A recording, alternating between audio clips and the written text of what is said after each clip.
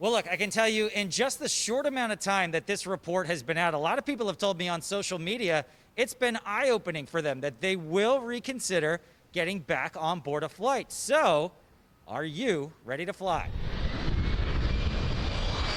Well, no doubt you hear some of the stories about air travel, and it still makes you a bit concerned. I came up on American Airlines. Every seat was filled on the flight. Colleen Stone flew here to DC this week to help take care of her grandkids. I am a little nervous. I'm very cautious. I wear a mask. I wore gloves on the plane. I wiped everything down. But she says the airline crew was enforcing the mask rule.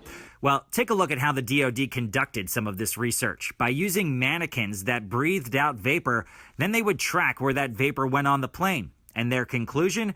Even on a packed plane, the risk of contracting coronavirus is virtually non-existent when a passenger is seated and wearing a mask. On average, only 0.003% of infected air particles could even enter a person's breathing zone.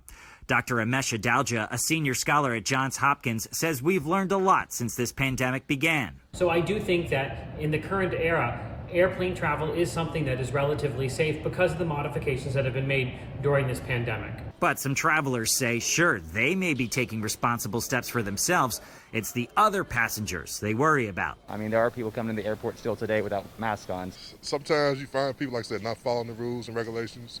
And when that happens, you have to say something to them, hey, put your mask on, hey, move your hands away from, things like that. So airlines continue to tout their hospital-grade air filters and fast air circulation as reasons that planes are getting safer. At Reagan National Airport, Adam Tuss, News 4.